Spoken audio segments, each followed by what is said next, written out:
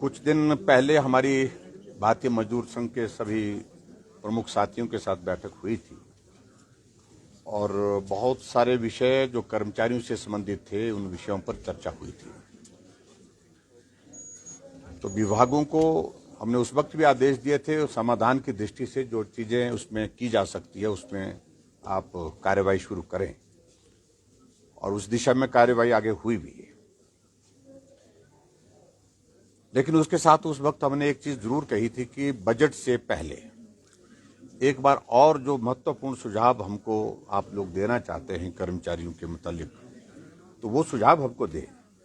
आज हमारे 36 agenda item थी, उन पर भारतीय मजदूर संघ के अध्यक्ष राणा जी और उनके साथ पूरी टीम ने सारी डिटेल में चर्चा की है एक एक विभाग से संबंधित, और उसमें हम संभावनाएं तलाश रहे हैं जो जो चीजें कर्मचारियों के हित में की जा सकती हैं, मजदूरों के हित में की जा सकती है हिमाचल प्रदेश में।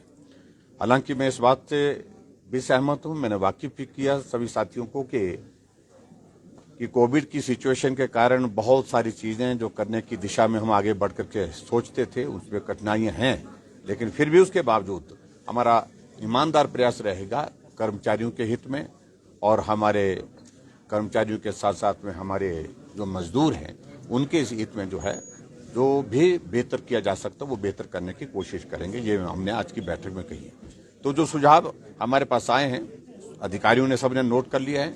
सब नोट करने के पश्चात जो है उस पर बजट की प्रक्रिया आगे कैसे हो सकती है, क्या किया जा सकता है, जो डूएबल होगा, जो करने के योग्य होगा, उस दिशा में आगे बढ़ेंगे। Thank you. असंगठित क्षेत्र के मजदूर होते हैं उनकी डिमांड हमेशा रहती है कि न्यूनतम वेतनमान न उसमें उनका वो भी मुद्दा सारा उठाया है, यहाँ पर सारा मुद्दा यहाँ पर उठाया है। आज भी बजट सत्र भी शुरू होने वाला है, किस तरह की तैयारियां सरकार? तैयारियां हमारी पूरी तरह से, सवालों की पोटली जो है भरी हुई है सरकार। देखिए उनकी पोटली वहां भरी रहेगी तो हमारे पास जवाब की पोटली भी भरी है, इसमें आप चिंता मत करिए। बिल्कुल निश्चित रूप से हमारे जवाब जो है वो होंगे, हर बात पर होंगे और हम किसी चीज से डरते नहीं है। 4 साल में हमने हिमाचल प्रदेश में इतने कठिन संकट में काम करने की दिशा में आगे जो काम किए हैं बेहतर किए हैं, इसमें मैं दावे के साथ कह सकता हूं जो किया जा सकता था बेहतरीन किया है। इम्पोर्टेंट सेशन है, जनता के विषय जो है उठाए जाएंगे। आपका सरकार के कार्यकाल का भी अंतिम सत्र है, तो क्या माना जाए कि जिस तरह से विपक्ष हंगामा करता है, सरकार वो कहता है कि सरकार बात नहीं सुनती है, सदन उनकी बात नहीं सुनती है, क्या अपील करना चाहेंगे? मैं तो उनको कहें कि हम सुनाने के लिए हैं, उनके लिए हम सुनाना भी चाहते हैं, लेकिन वो सुनने के मूड में तो रहें, सुने तो सही, और बिना सुने अनसुना करना वो उचित नहीं होगा। अगर वो विपक्ष की भूमिका निभाते हुए कोई भी प्रश्न करेंगे, सरकार को ये अधिकार है कि उनकी हर बात का जवाब दे, लेकिन जवाब सुनना पड़ेगा। सरकारी ठेकेदार हड़ताल पर है, अभी तक कोई समाधान की दृष्टि में हम आगे बढ़ रहे हैं बहुत जल्दी। प्राइम मिनिस्टर ने कांग्रेस को बहुत जोरदार तरीके से कांग्रेस ने हमला किया और उनको टुकड़े टुकड़े गैंग का सपोर्टर बताया। उसको लेके पार्लियामेंट में कुछ गतिरोध भी हुआ। अगर कांग्रेस ने आज बॉयकॉट भी किया सेशन का, आप किस तरह से प्राइम मिनिस्टर के संबोधन को? स्वाभाविक रूप से जिस प्रकार से विपक्ष का व्यवहार पार्लियामेंट के सत्र के दौरान पीछे भी रहा और वर्तमान में भी हम देख रहे हैं, वो कतई भी जो है वो डेमोक्रेटिक सेटअप में बर्दाश्त के योग्य नहीं है। और ऐसी परिस्थिति में सरकार का पक्ष सुनने के लिए कम से कम मनस्थिति तो रहनी चाहिए, मानसिकता तो रहनी चाहिए।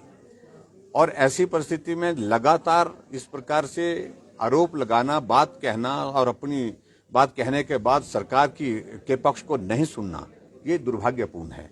और आदरणीय प्रधानमंत्री जी ने ये सत्य कहा है, बिल्कुल 100% सत्य कहा है। जिस प्रकार से कांग्रेस सत्ता के बाहर जो है वो छटपटा रही है, सत्ता को हासिल करने के लिए कुछ भी करने के लिए तैयार हुई पड़ी है, वो एक परिस्थिति दिखती है।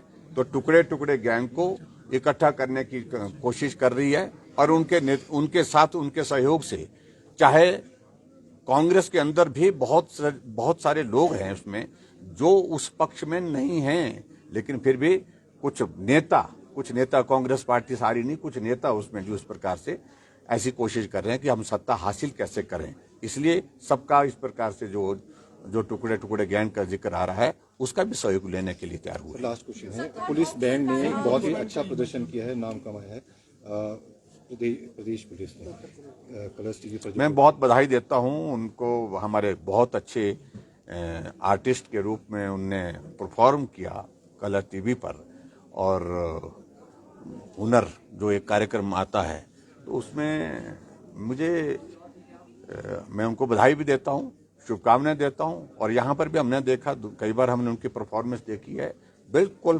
परफेक्ट जो है, जिसको प्रोफेशनल जिसमें जिस तरह से ये करते हैं उनसे कम नहीं, उनसे बेहतर करते हैं। और हमारी पुलिस ऐसे भी, चाहे वो क्राइम है उसमें भी बेहतर काम करते हैं, उसमें भी क्राइम को रोकने के लिए। और उसके साथ साथ में जब ये टीम हमारी बनी है ऑर्केस्ट्रा की सारी पूरी, जिसने पूरे देश भर में नाम रोशन किया, उनको सबको बधाई और शुभकामनाएं, और आगे बढ़ें। सर, थर्ड ऑप्शन का इंतजार काफी लंबा हो गया सर, तो क्या रहेगा? कल भी वित्त विभाग के साथ मीटिंग हुई, तो अभी तक क्या तय हो पाया है? देखिए, हमने अपनी ओर से बात कही है, अब ये कर्मचारियों को अपने आप सोचना है। Thank you sir.